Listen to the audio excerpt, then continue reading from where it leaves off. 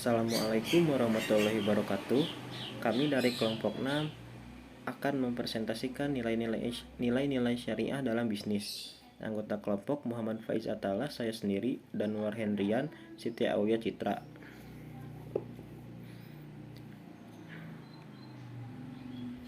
Komponen pokok agama Islam. A. Akidah. Secara etimologis, akidah berarti ikatan, sangkutan, keyakinan. Akidah secara teknis juga berarti keyakinan atau iman. Dengan demikian, akidah merupakan asas tempat mendirikan seluruh bangunan ajaran Islam dan menjadi sangkutan semua hal dalam Islam. Akidah juga merupakan sistem keyakinan Islam yang mendasar seluruh aktivitas umat Islam dalam kehidupannya. Akidah atau sistem keyakinan Islam dibangun atas dasar 6 keyakinan atau yang bisa disebut dengan rukun iman yang 6.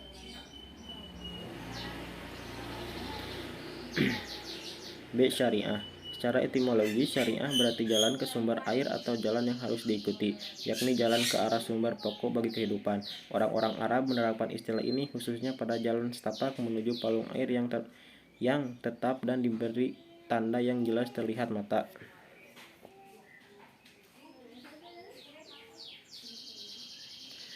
C. Akhlak. Secara etimologis, kata akhlak berasal dari bahasa Arab al-akhlak yang merupakan bentuk jamak dari kata khuluq yang berarti budi pekerti, perangai, tingkah laku, atau tabiat. Sinonim dari kata akhlak ini adalah etika, moral, dan karakter. Sedangkan secara terminologis, akhlak berarti keadaan gerak jiwa yang mendorong ke arah melakukan perbuatan dengan tidak menghajatkan pikiran. Inilah pendapat yang dikemukakan oleh Ibnu Maskawi.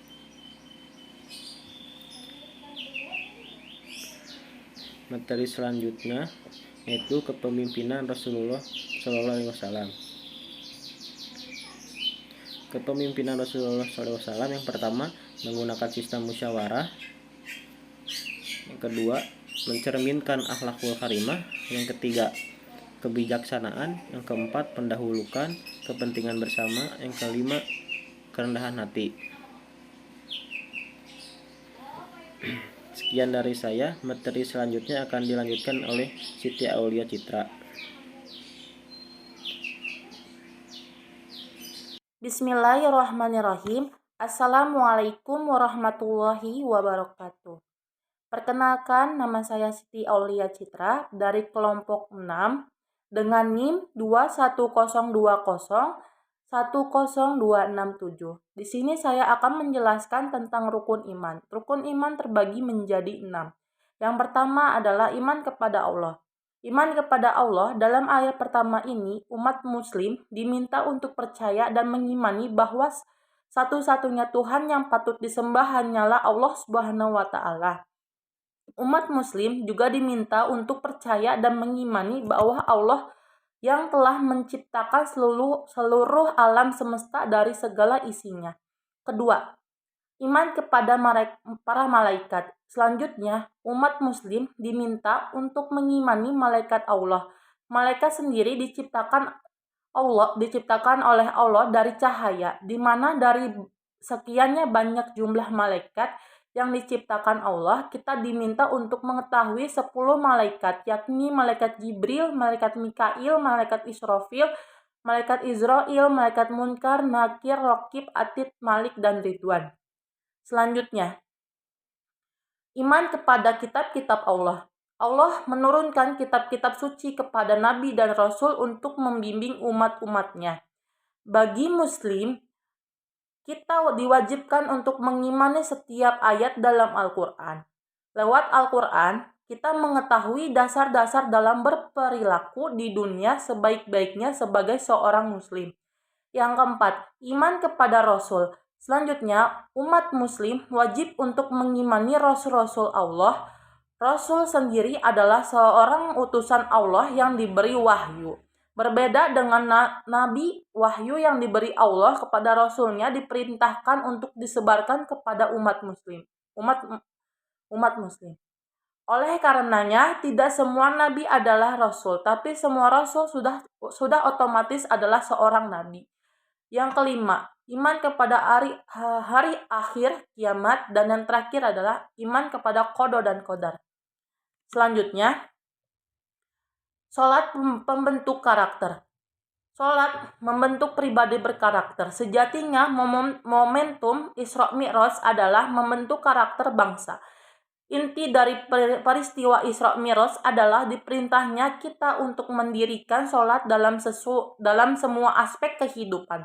Isra Mi'raj mendidik kita untuk menjadi manusia yang memiliki keunggulan moral dan budi pekerti yang dibentuk melalui sholat. Banyak hikmah yang dapat dipetik dari sholat. Sholat tidak hanya membangun karakter cerdas spiritual, akan tetapi mampu membantu karakter cerdas emosional, sosial, dan personal. Sholat merupakan ibadah yang paling fundamental dalam Islam. Sholat bukan sekedar kewajiban bagi setiap muslim, tetapi merupakan kebutuhan manusia secara spiritual. Sholat merupakan media untuk bertakarub kepada Allah Subhanahu wa Ta'ala. Sholat membangun kedekatan diri pada Allah Subhanahu wa Ta'ala. Nabi bersabda, As-salatu mi'rajul mukmin. Artinya, sholat merupakan mi'rajnya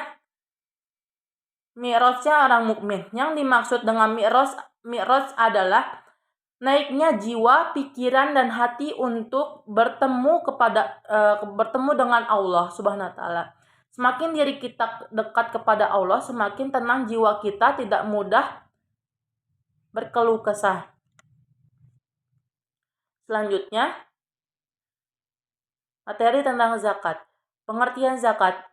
Zakat sendiri berasal dari bahasa Arab, yakni zaka, yang artinya bersih, suci, subur, dan berkembang.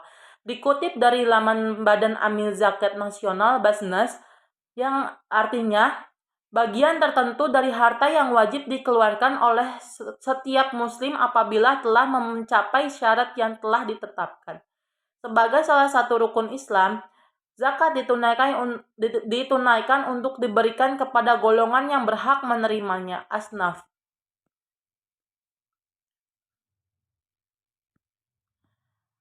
Materi yang terakhir adalah tentang jenis zakat. Jenis zakat.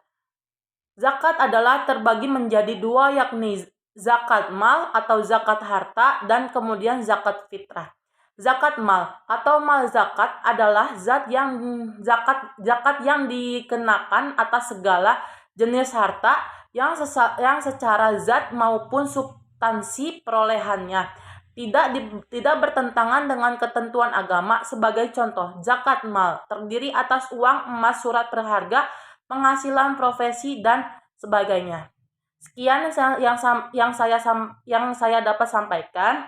Mohon maaf apabila banyak kesalahan dan kekurangannya. Wabillahi taufiq wal hidayah. Wassalamualaikum warahmatullahi wabarakatuh. Perhitungan zakat ada 3, yaitu yang pertama untuk zakat fitrah. Besaran pembayaran zakat fitrah menggunakan standar 2,5 kg atau setara dengan 3,5 liter beras atau makanan pokok yang lain berlaku.